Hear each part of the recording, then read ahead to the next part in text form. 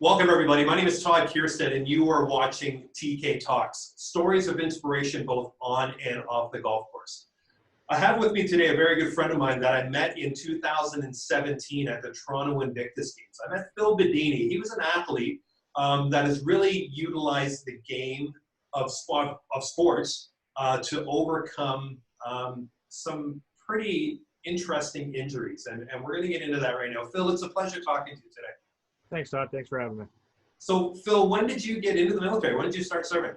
I started serving in right after high school when I was 19, back in 1992. And how long were you in the military for? I was in for 16 years. Now, back in 1994, you were overseas, and you had something that was, it's a pretty interesting story. Yeah, my first UN peacekeeping tour of duty to Croatia, with the 1st Battalion Royal Canadian Regiment. We were deployed into a region called Crimea in Croatia. I was the platoon commander's driver / signaler, and our job is basically keeping the peace between the Croats and the Serbs, and maintaining the zone of separation between those two fractions. In New Year's in 1994, New Year's Day, we've actually, just for the Christmas holidays in 1994, the Canadian contingent was moving further south, and we're taking over from the Kenyans. And it was a UN shuffle of areas. And what we found out when we were moving into the Kenyans area, they were actually living with the Serb soldiers. They were sharing UN equipment with the Serbians. Within the zone of separation, they actually had UN trailers, marking trailers that they gave to the Serbs, and the Serbs are using those to store their weapons. So when we moved in, we basically kicked the Serbs out. Like, literally, the observation post had Kenyan soldiers and Serbian soldiers doing the same shift schedule, at the same observation post. Right. Which there are two warring factions, and the UN's supposed to be neutral. So we went in, kicked them out. New Year's Day, we actually had an operation to collect UN equipment back, and that's when we confiscated this UN trailer full of Serbian weapons. And during that operation to retrieve this equipment, I was unloading. We had a little bit of standoff with the Serbs, but I was one of our sergeants was doing a roadblock down at the end of where this containment was. And one of the local Serb commanders came up and wanted to talk to our platoon commander.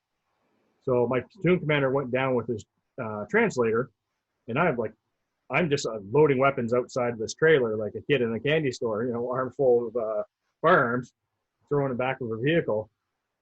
But what I didn't know during the talks with the Serb commander and my platoon commander, my platoon commander is basically threatened. The Serbian commander says, "You're a fucking dead man." No pardon the language here. The translator wasn't even needed. Sergeant Murphy, who was down there, he's like, "Great," because his observation post was up the road. He's like, "They're going to come kill me." It's kind of a weird night because it was New Year's. Kids were throwing off little firecrackers while we were waiting, and we just kind of the era of that night was kind of odd feeling. So John and I jumped down in the Altus, went down to the observation post. It's up on a mountain. So we drove down the road, and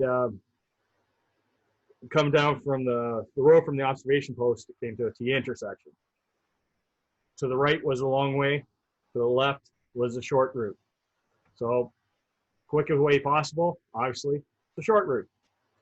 So we traveled down this road and coming into this town called Colarina. And Colarina is like literally an intersection, a little hamlet of town. Like, there's no street lights. It was dark.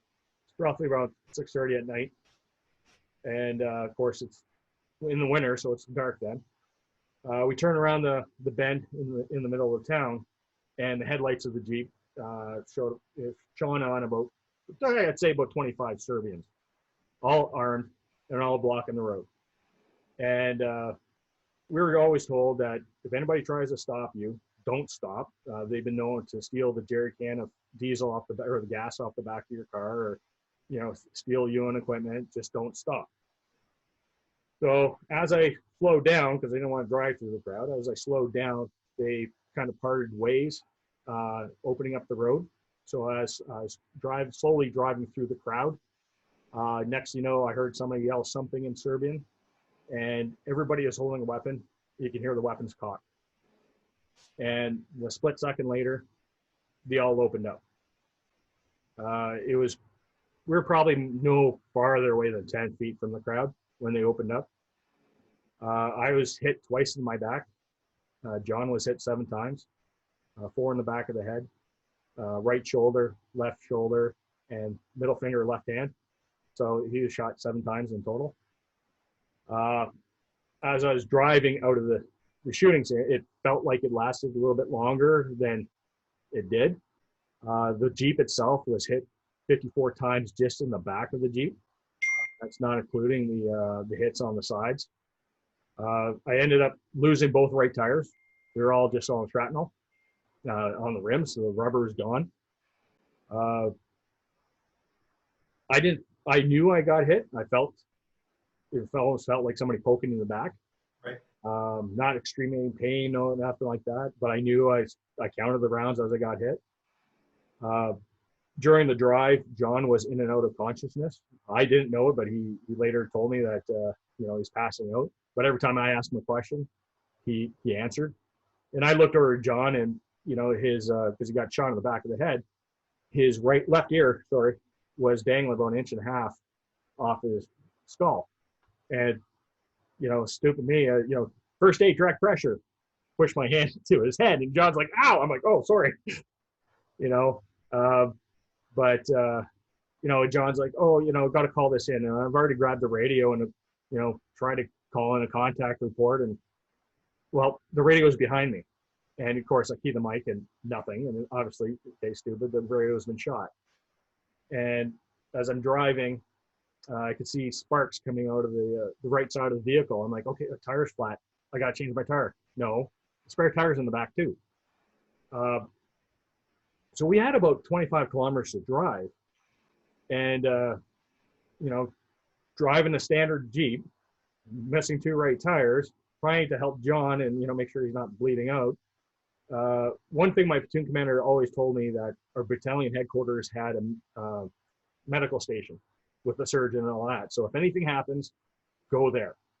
So again, when I went through Bankovac again, there's a left turn to go to Charles Company, or right, or keep on going straight to go to the battalion headquarters.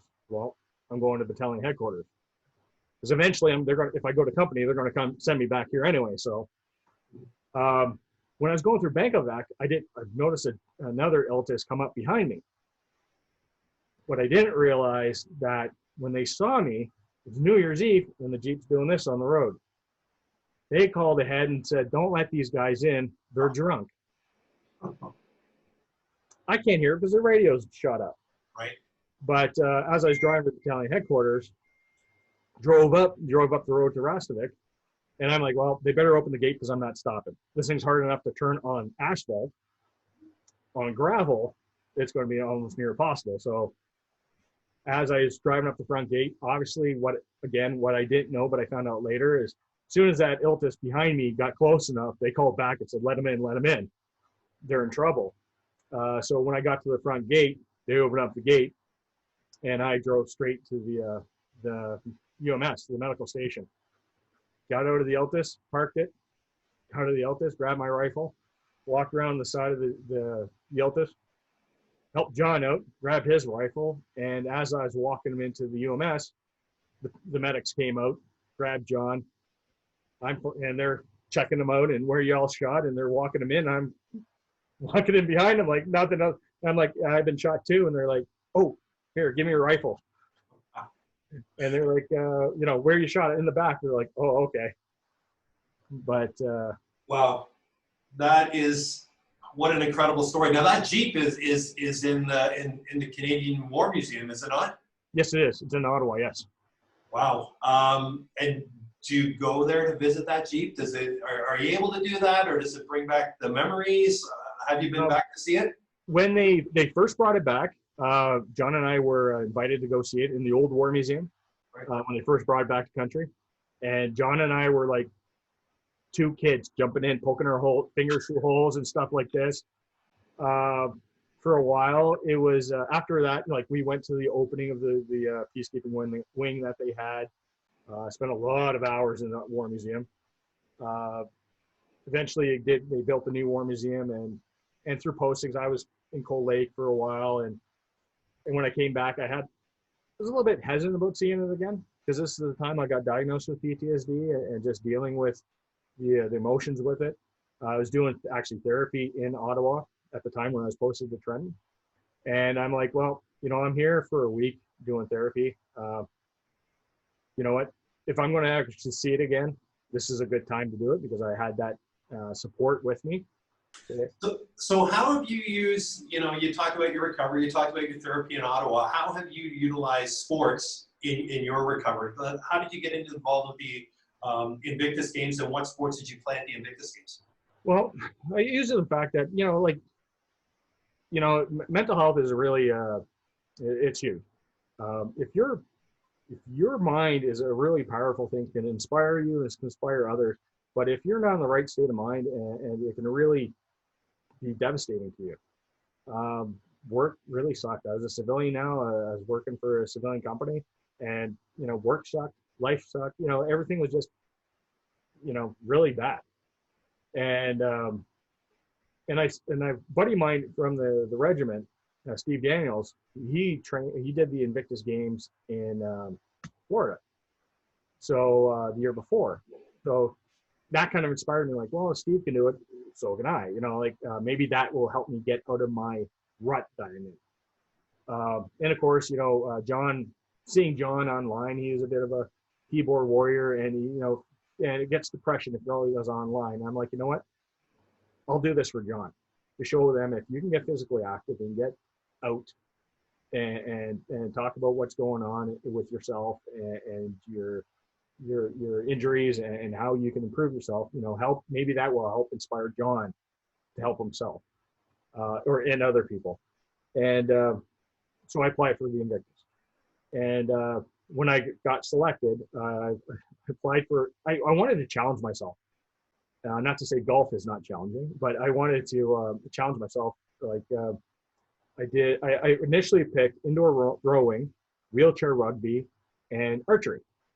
The archery team filled up really fast, so they kind of cut me from archery, even though I didn't even try it yet. So they said, okay, pick something else. And they go, well, they said, we don't have a tennis team yet. And I said, well, I used to play tennis when I was a kid, and not like I was great. It was just something we did, at my family's cottage. But, sure, tennis in a wheelchair, how challenging could that be? It's challenging enough walking, putting me in a chair, that's going to be really bad. But so I had two team sports and one individual sport, both physically and, mentally challenging for, rugby was just fun. That's the greatest sport ever invented, put it into a wheelchair, that's great. It's bumper cars with wheelchairs. And, any chance you get hit another guy in a wheelchair, it's great. You get away with it, it's great. Tennis was hard. To actually move a chair and, swing a tennis racket at the same time, that was mentally and physically challenging. And rowing was just the physical exertion of, I'm going to give everything I got and leave nothing left on the table and see where I end up. So what kind of injury, other than the psychological injuries, what other physical injuries do you have? I have a degenerative disc disease from my lower back from getting shot. Okay. And of course being in the infantry for 10 years. And I do have shrapnel in my right arm, but those are my injuries from service. After my first training camp in April, actually a week after, I actually had a stroke. I was in the hospital for 5 days. And the thing is, I was really interested in getting back to working out. I committed myself to do this. And, this was a hurdle that I had to overcome. And, the first thing the doctors checked me out, like, okay, yep, you had a stroke. You're fine now. And the first thing, when can I start working out? When can I start getting ready for competition? And they're a little bit kind of surprised. And they're like, well, physical fitness is what you should be doing. Just take it easy. Even my wife, take it easy for a bit, but you get a little bit stir crazy because this is what I committed doing, and this is what I wanted to do. And 5 days, like that, say 3 days after getting out of the hospital, went right back in training.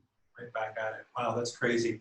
Now, how you utilize the sport of golf as part of your rehabilitation? I know we've been on the golf course a few times, and what's the therapeutic benefit that you found for yourself personally with being out on the golf course? Well, one of the things with golf, it doesn't matter if you're good or bad. It's a good social event. To be able to get a small group of guys or girls together and go hit a stupid white little ball and spend that time with that group. And the thing is, it doesn't matter what everybody else is doing. And if we weren't playing in the tournament's best ball, I'd probably still be out there on some of those golf courses finding my ball. It doesn't really matter what the people that you're playing with. It's between you and the ball at that single moment. So it's be able to quiet everything in your head, to be able to take that time and have that one stroke. If you try too hard to try to smash it, good luck. You either turn up the turf or your ball is somewhere, in somebody else's tree line. Yeah, exactly. Backyard. Listen, Phil, as always, I love seeing you. I love spending time with you. It's been an absolute pleasure. Ladies and gentlemen, this is what TK Talks is all about. It's giving individuals the opportunity to share their story, to hopefully inspire you and motivate you in your personal journey. Phil, it's an absolute pleasure talking to you today, and good luck and success with everything in the future. Thanks, Todd. Good seeing you again.